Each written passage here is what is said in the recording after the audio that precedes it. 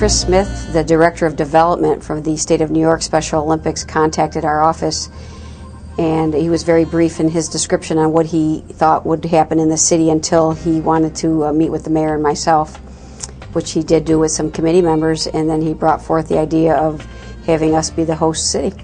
I was just elated because the last time the Special Olympics were in Utica was about 12 years ago. And to come back, I mean, you know, they were in our Common Council room the other day. We had a little ceremony, and, you know, just to see these children, they come in, and they are the sweetest, the nicest kids, and they're so really into this, you know. And you know, I was talking to one little girl, and I said, you know, what sport do you excel in? She says, well, I like to bowl. And I said, well, me too. And she said to me, she says, well, I'm a little bit better than you. And I bet you she was. The State Summer Games is the culminating event for our summer season. Athletes that are competing in aquatics, athletics, basketball, volleyball, gymnastics, bowling, tennis, and powerlifting are going to be able to show their skills at the State Summer Games in Utica. It's a really good opportunity for a community to showcase their culture, what they have to offer to our athletes, and it's a good opportunity for our athletes to showcase their skills and talents and their heart and their courage to the community. The essence of Special Olympics is first and foremost our athletes. Second to that are the volunteers that actually are there for us, that come from the different communities, that are the manpower and the assistance that we need in order to be able to put on such great events for our athletes. I go out and I promote Special Olympics all the time to schools and to colleges and to individuals, and you can't properly put into words the feeling that just kind of grabs your heart and just kind of pulls at those heartstrings, because it's, I like to say, it's, you know, that old quote of dance like nobody's watching. That's exactly how our athletes act in their everyday life, and it's portrayed out, you know, through athleticism on the field or the pool or wherever else it's being played out. It's an amazing experience. We're the ending point for the torch run, and our men and women in blue will run through the streets of Utica carrying the torch, and we'll end at the Gaetano Stadium. So that's really the torch lighting for our Special Olympics there. So it's and then we'll see the students and the athletes march in. So we'll have our own opening ceremonies.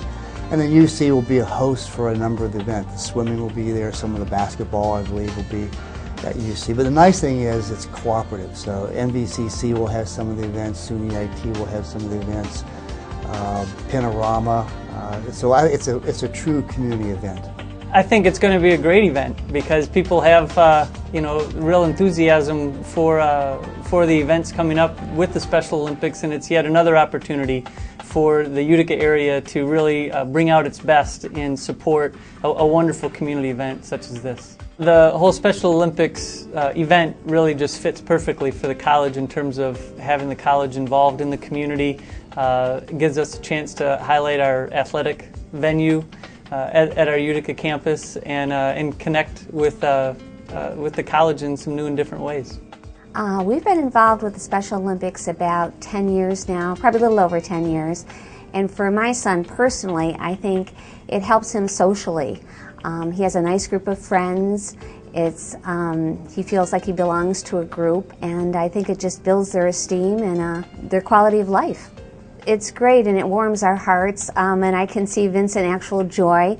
I think Vincent knows he's different. When he competes in those games, he feels like he's part of another group. Everyone is so supportive. It's just it's just love when you're out there. I just can't explain it any other way. Everybody wants you to do well. There's no egos involved. It's just pure. I don't think I can explain it any better than that. It's just pure joy is what I get from it.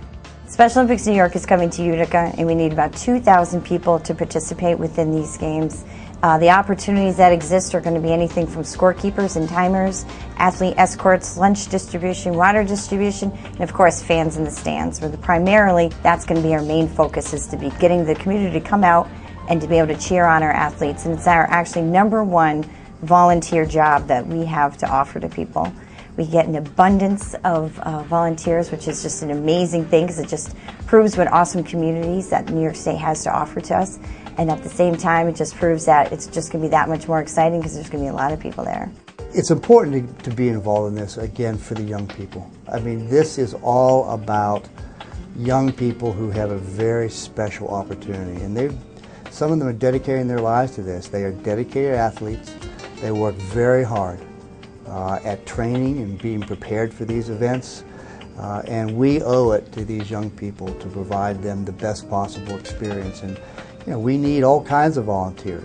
We have such a great volunteer spirit in Utica, and I know that's going to carry over to the Special Olympics. Already people are asking me, how can I help? How can I volunteer? I want to do something. So I'm just overwhelmed. I'm glad we're the host this year finally.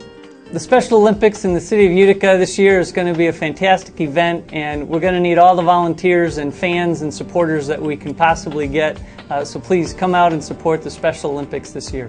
The opportunity that it gives the city of Utica, economically speaking, is amazing. There will be several thousand people that will be in our city. Utica College will host the athletes, but the surrounding hotels will certainly support their families, coaches, and fans. Special Olympics New York chose Utica as a location for its summer games because it had a lot of different opportunities to be able to provide to us. Not only the amazing facilities that are in the area, but the population, the outreach that's already been done, and just the overall goodwill that's coming from this community. It's been astounding thus far, and we just really look forward to moving forward with our games here.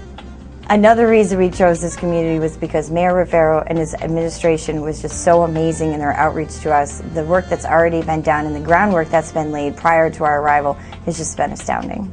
The mayor was so excited that he felt that it would be like probably one of the second biggest events that the city hosts. I mean, obviously the Boilermaker is huge, and their outpour and has been amazing as well, but the mayor is so excited. I've never really seen him show that kind of passion for something that involves his local community. I've been mayor for about a little over 2 years now. This is probably one of the most major things that has happened to me. It's really touched my heart, and I got to tell you something, this is when I love being mayor, to be with these children like this, because it really gets you back to what life is all about, to be very honest with you. All the rest is meaningless. It's our children that we must cherish in this world.